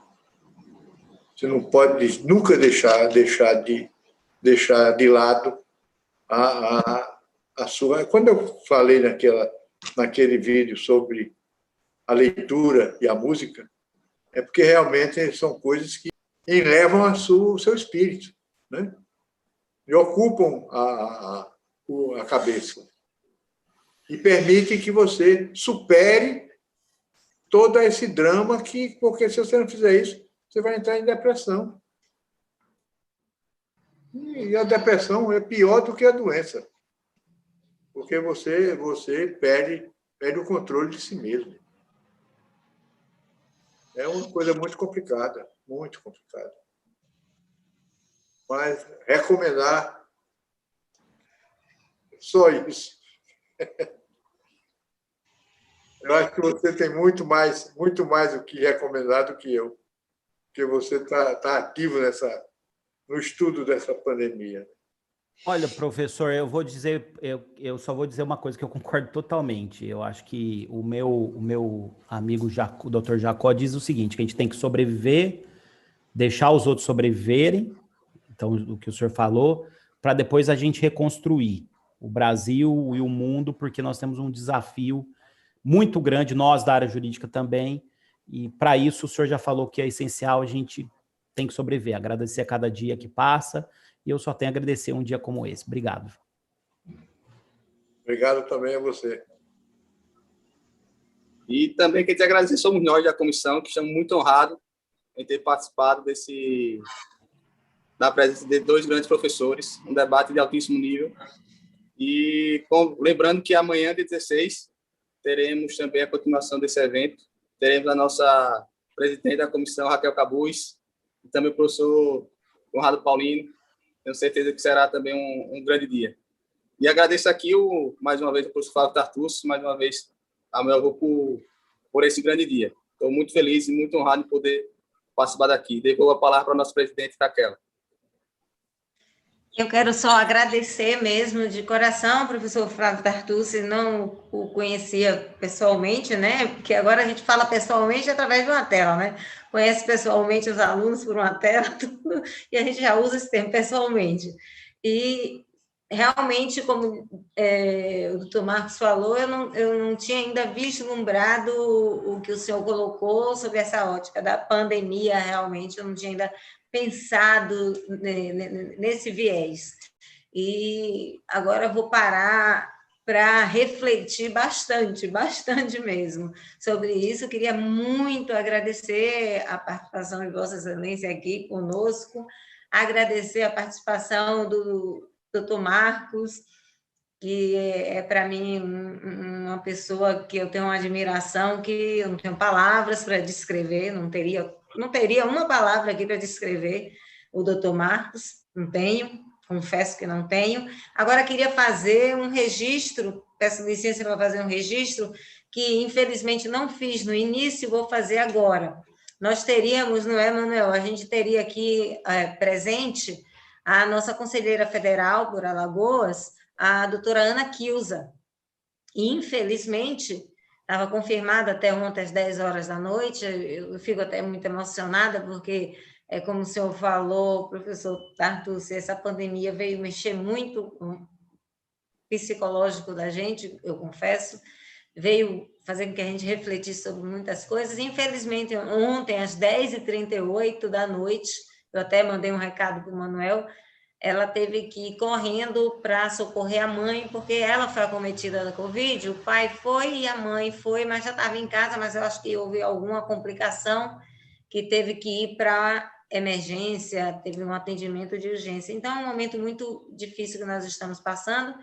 Então, só queria registrar que ela estaria aqui presente, é uma pessoa altamente iluminada, é uma pessoa de um saber jurídico elevadíssimo, e eu queria muito agradecer isso, a disponibilidade que ela colocou, mesmo tendo pai e mãe ainda se recuperando em casa, e que só não se fez presente porque aconteceu esse fato ontem à noite, eu queria deixar aqui registrado. Fora isso, agradecer por demais a presença dos palestrantes, agradecer mais uma vez a meu colega e amigo Manuel Vitor, e mais uma vez convidar a todos para que possamos dar prosseguimento amanhã a essa discussão de alguns temas que nós nos propusemos a fazer, e damos por encerrado esse primeiro dia de webinar. Muito obrigada a todos.